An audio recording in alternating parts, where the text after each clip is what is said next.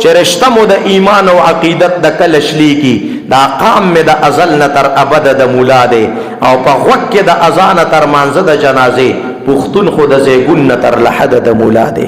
نو ته د دې په مقابله کې سوچ وکړه چې عالم او ستا د جومات امام او ستا د دین استاذ او ستا مذهبي مشر او د دین خادم هغه خو ټول ژوندم دی د پاره وقف کړی دی چې هر ځای کې درته چغې وخي، جومات کې هم درته چغې وخي، عیدګاه کې هم درته چغې وخي، جنازګاه کې هم درته چغې وخي، په چوک هم درته چغې وخي، د کور دروازه هم درته ټکوي. مسلمانا د مانځه ټیم دی جومات ته راشه، مسلمانا د درس وخت درس له راشه، مسلمانا د گش وخت گش له راشه، مسلمانا بیان شروع دی بیان کې کینا، مسلمانا جمعات کې د ذکر مجلس شروع دی پدې کې کینا، مسلمانا چې پدې کوم لار روانه لار دې خطا کړې ده دا لار ګوره جهنم ته تللی ده، دا د شیطان لار ده، دا پرې دا راشه چې د جنت لار درته سیده کم. عالم ټول عمر د قچغي سوري مونږ او تاسو ته وخیخه خپل جون دې د پاره وقف کړي دي. نو بیا به عالم ته کنزل کول جایزي، عالم پسې بس پکې خبرې کول جایزي، عالم پسې په بد رد ویل جایزي.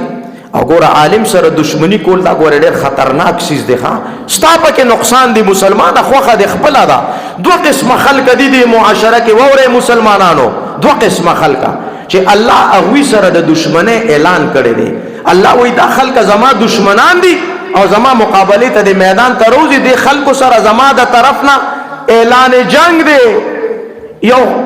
یو قسم خلک سودخواری دي، سودخورو ته الله په قران کریم کې د جنگ اعلان کړی دی. ښا فإن لم تفعلوا فأذنوا بحرب من الله ورسوله. الله سودخورو ته وایي سم شه، سود پرېږده، د سود نه منع شه.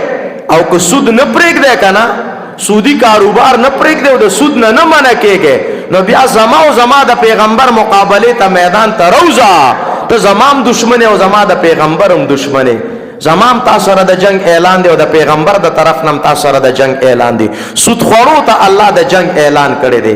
او دویم قسم هغه خلک دي چې هغه د اولیاء سره د علماء سره او د دین د خادمانو سره بغض ساتي پزره کې او دشمنی ور سره کوي.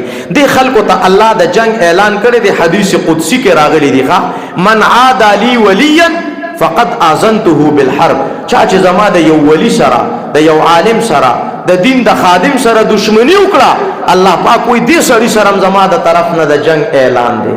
که څوک د الله دشمنه ته غاړې خودي شي او الله سره جنگ کولی شي خو بیا د مولیانو پسې کنزل کوي او مولیانو سره د دشمنی کوي. او کنه یو بنده دا وایي چې د الله مقابله خو ګرانه ده، الله سره خو دشمنی نشم کوله، الله سره خو جنگ نشم کوله، نو بیا د الله خاطر وکا، علماء سره روغ وکا، علماء سره روغ وکا، د علماء د دشمنی پرېږده، علماء پسې سپکې خبرې مه کوه، د علماء د زړه نه قدر وکا، علماء سره مینه وکا.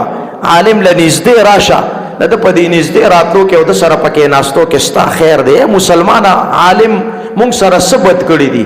سو خو اکثر یو خبره کوم دی مسلمانانو ته، والله که مونږ او تاسو په خپله د خپل ځان او د خپلو بچو دومره خیرخوا نیو ښه لکه څنګه چې دا عالمان او د دین خادمان زمونږ او ستاسو او زمونږ د بچو خیرخوا دي. ما تاسو سره خو د خپل ځان او د خپلو بچو صرف د دنیا غم دی او د عالمانو سره زما او ستاسو زمونږ د بچو د دنیا سره سره د قبر او د آخرت غم او فکر هم دی.